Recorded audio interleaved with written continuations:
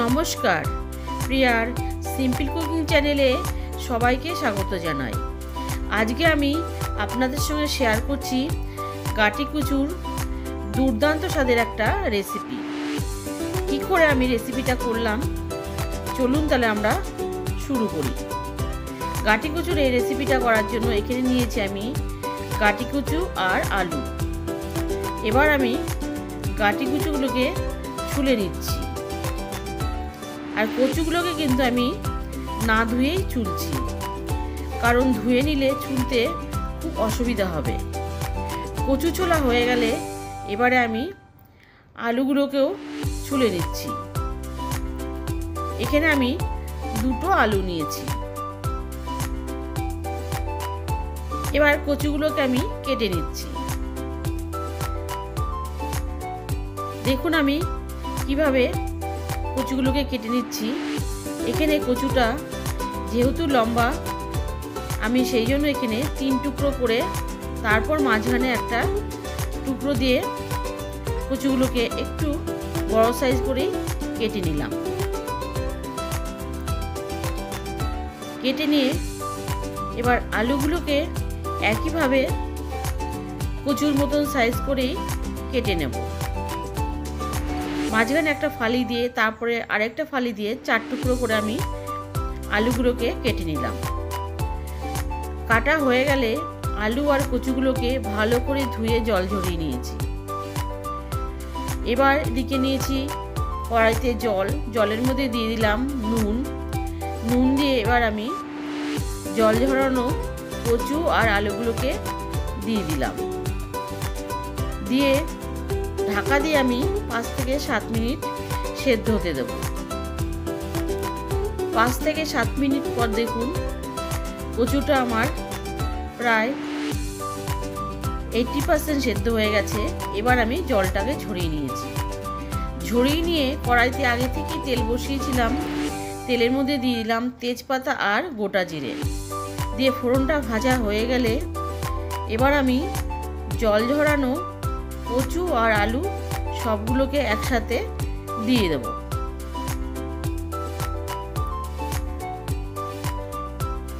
দিয়ে এবার আমি কচুটাকে 2-3 মিনিট ভেজে নেব।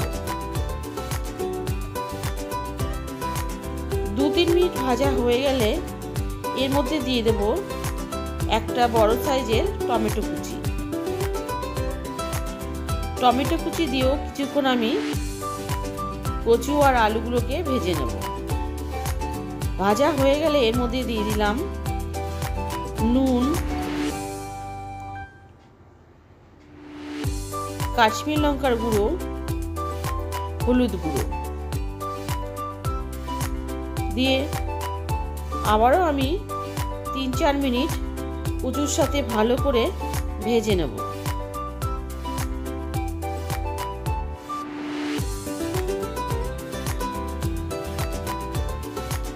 3-4 মিনিট ভাজা হয়ে যাওয়ার পর এখানে আমি দিয়ে দিলাম একটা ইলিশ মাছের মাথা ভাজা। মাথাটাকে আমি আগে থেকেই ভেজে রেখেছিলাম। ভাজাটা দিয়ে একটু মিশিয়ে নিয়ে এবার এর মধ্যে দিয়ে দিচ্ছি ইলিশ মাছের যে তেলটা ছিল সেই তেলটাকে দিয়ে দিলাম। তেলটা দিয়ে আবারও আমি কিছুক্ষণ ভেজে নেব। প্রায় 2-3 মিনিট ভালো করে ভেজে নিলাম। ভেজে নিয়ে এবার পরিমাণ মতন আমি দিয়ে দেব জল। জলটা দিয়ে ভালো করে মিশিয়ে নিয়ে কচুটাকে আমি 2-3 মিনিট ফুটতে দেব। এদিকে কচু ফুটতে ফুটতে আমি একটা মশলা তৈরি করব। নিয়ে নিলাম কড়াই, তার মধ্যে দিয়ে দিলাম 1 চামচ জিরে আর 1/2 চামচ কালো জিরে আর একটা শুকনো লঙ্কা দিয়ে মশলাটাকে আমি কিছুক্ষণ ভেজে নিয়ে তারপরে আমি পেস্ট করে নেব। এদিকে যখন কচুটা 2-3 মিনিট পর আমি ঢাকা দিয়ে আবারও ফুটতে দিয়েছিলাম। ফোটা হয়ে যাওয়ার পর ঢাকা খুলে এবার একটু নেড়ে চেড়ে নিয়ে আমি কচুটা এখন পুরো আমার সেদ্ধ হয়ে গেছে।